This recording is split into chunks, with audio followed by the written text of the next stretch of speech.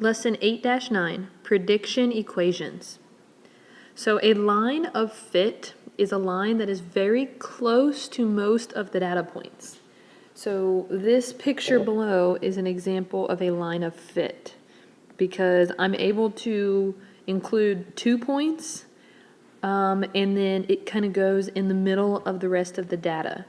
If you have to create a line that does not touch any of the points, you want to try to get it even so that there's an even number of points on each side of the line. So we're going to take a look at an example of making a prediction with the line of fit.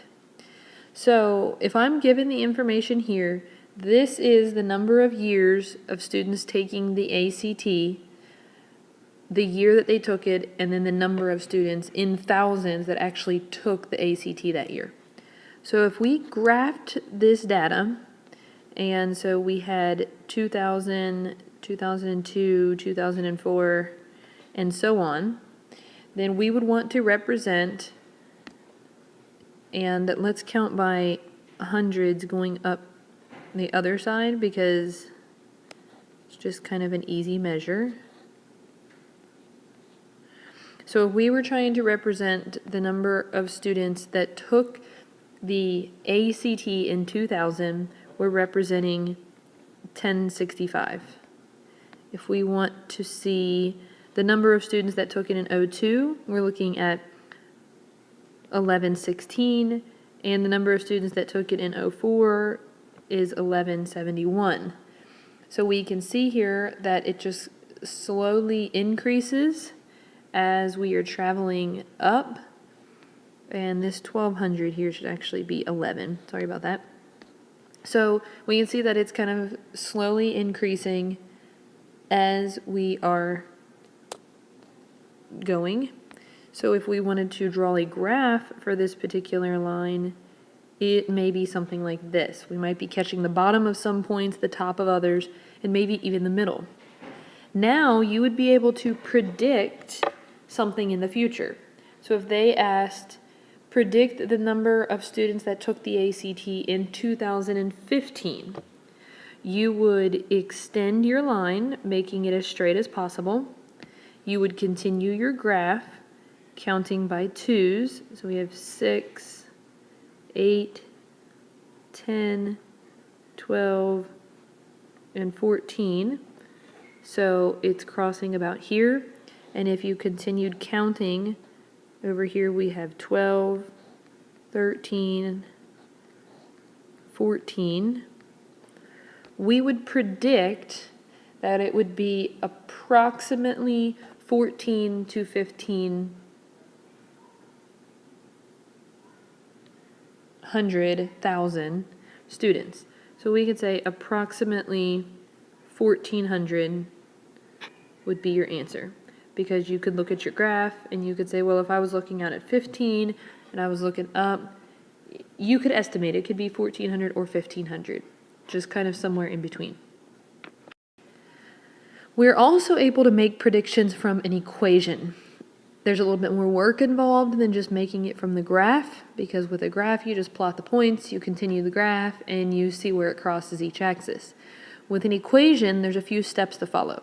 Step 1 is you have to use 2 points from the line to find the slope, and you do this with the definition of slope form. And that form is the y2 minus y1 over x2 minus x1 equals your slope. From there, you use the slope and the coordinates of the points that you already used. You can use either one, it doesn't matter, but you just want to stay consistent. And you're going to write an equation in point slope form. The point slope form is the y minus y1 equals m times x minus x1. And then from here you're going to solve for the y. So when you solve for y, that will get your equation in slope-intercept form. Let's try an example. The scatter plot shows the winning Olympic times in the men's 100-meter butterfly for several years following 1964. Write an equation in slope-intercept form for the line of fit that is drawn. So we first want to pick 2 points, and typically when you pick these 2 points, you pick 2 that are on the line, and if you can, you want to get 2 that are on an axis. So it looks like we have 24, 53, and 36, 52. So using those 2 points, we would have 52 minus 53 over 36 minus 24, which will give you negative 1 over 12. So this would be your slope. You can plug this in to your y minus y1 equals m times x minus x1, using your y, and your y1 was 53.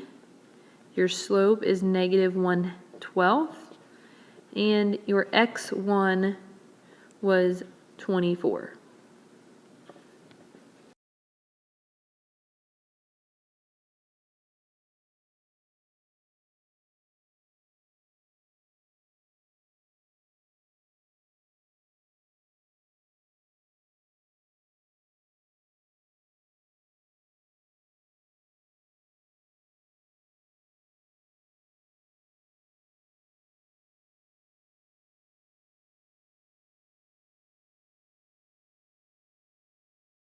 So now from here, you want to solve for your y.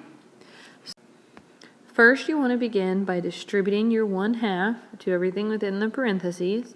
So you have negative 1/12, sorry, that should have been 1/12, x. So there's the first part that you need. Now you have negative 1/12 of negative 24, which would be positive 2. So now you want to add 53 to both sides, which gets you y equals negative 1/12 x plus 55. And this is your equation for your line.